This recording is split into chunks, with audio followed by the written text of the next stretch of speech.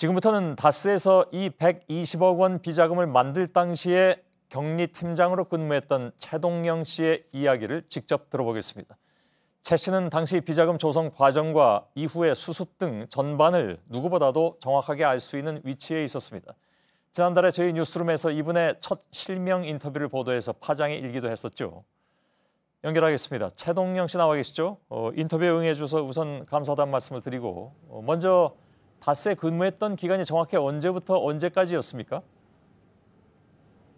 예, 저는 2001년 1월 10일부터 2008년 4월 30일까지 다스에 근무를 했었습니다. 예, 날짜까지 정확하게 기억을 하고 계신데 8년 동안 다스에서 돈의 흐름을 담당하신 건데 2008년 정호영 특검 때 조사도 받으셨던 걸로 알고 있습니다. 당시 조사 내용이 어떤 것이었습니까? 지금 뭐 시간이 좀 지나서 자세히는 기억이 안 납니다만은 당시에 그 다스의 소유자 관계하며 BBK하고 그 120억 자금에 대해서 저에게 특검에서 물었습니다. 예. 그 답변은 어떻게 했는지도 기억을 잘 하십니까? 예, 그 다스의 실소유자 관련해서는 그 특검 측에서 MB 소유냐고 물었던 것을 기억합니다. 예. 하지만 당시에는 그 이명박 그 대통령이 당전자 신분이었고 그 속으로는 이명박 대통령이 그 실소유자인 걸 알고 있으면서도 대답을 하지 못했습니다. 예. 그리고 BBK에 대해서도 물은 것으로 기억이 납니다. 예. 그리고 BBK의 소유자도 이명박 대통령이 맞느냐고 물은 것 같습니다. 그런데 그건 아니다라고 대답을 했고, 그리고 120억에 대해서도 그 횡령한 사실을 알고 있느냐, 그리고 관여를 했느냐고 물었습니다. 예. 그리고 저는 거기에 대한 대답으로 모르는 내용이며 관여한 사실이 없다고 대답을 했었습니다. 예, 알겠습니다. 그러면 그 당시에 특검의 수사를 받을 때 발언하셨던 그 내용이 다 지금 사실이 아니다 이렇게 말씀하고 계신 건가요?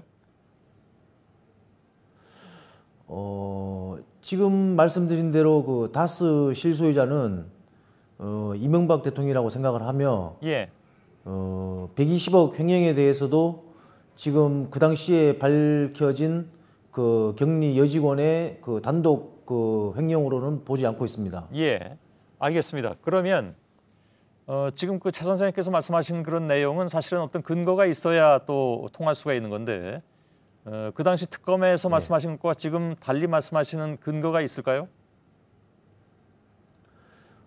일단은 그 지금 흘러나온 정황을 보더라도 그 다스 실소유자는 그 이명박 전 대통령이 확실하며, 그리고 그 다스의 그 120억 횡령에 대해서는 그 일개 여직원이 그 120억, 그러니까 2003년도부터 2007년도까지 그 수입 원자재 부품을 가공 계산하여 그 매년 10억에서 15억 정도를 그 빼돌릴 수 있을 만큼 그런 다스의 회사는 아닙니다. 왜냐하면은 기본적으로 다스는 그 은행에 그 자금을 인출하려면은 다스의 법인 도장을 찍어야 됩니다.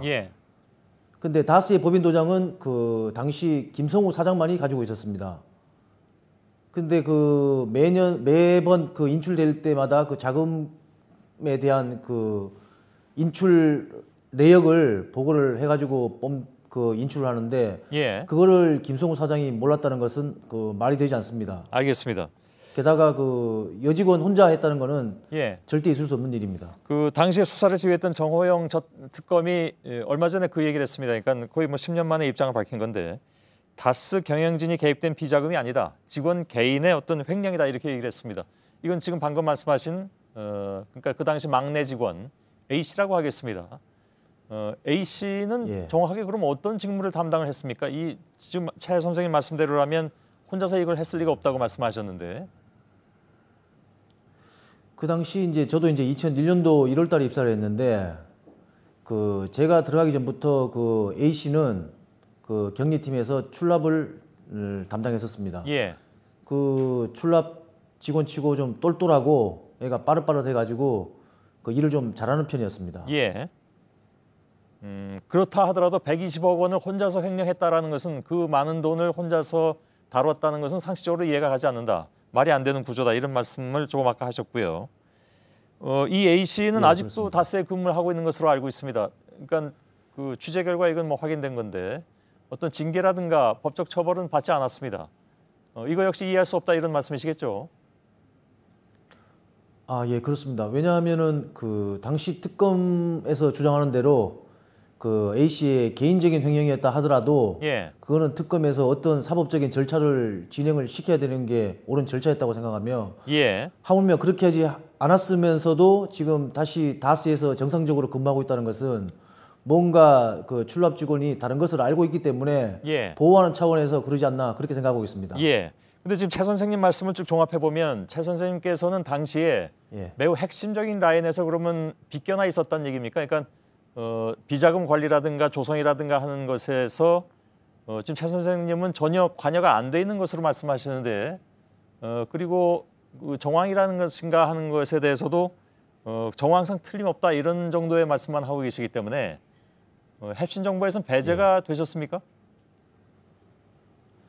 예, 그렇습니다. 그 물론 비자금에 대해서는 그 일단은 비밀은 그 모르는 사람이 많을수록 좋다고 생각하고요. 예. 일단은 그 비자금이 조성된 경로는 그 방금 전에 말씀드린 대로 그 수입 부품을 예. 그 가공 계산해서 이제 그 대금을 주는 식으로 해서 빼돌린 것으로 그 밝혀졌습니다. 예.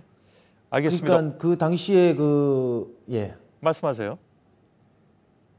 아, 당시에 그 다스는 그 외국에서 그 수입 철판하고 부품을 사오게 돼 있는 구조였는데 예. 그 세금 계산서 없이 그 돈을 뺄 수 있는 아주 중요한 방법 중에 그리고 쉬운 방법 중에 하나가 외국에 돈을 지불하는 것으로 하고 돈을 빼는 것이었습니다. 예, 예.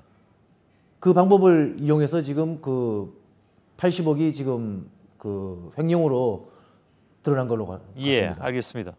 오늘 말씀하신 내용에 따라서는 최 선생님께서 예를 들면 허위사실 발언이라든가 이런 것으로 법적 대응의 대상이 될 수 있다는 것은 알고 계시죠? 아, 예, 알고 있습니다. 거짓말 하는 거 없습니다. 알겠습니다. 예.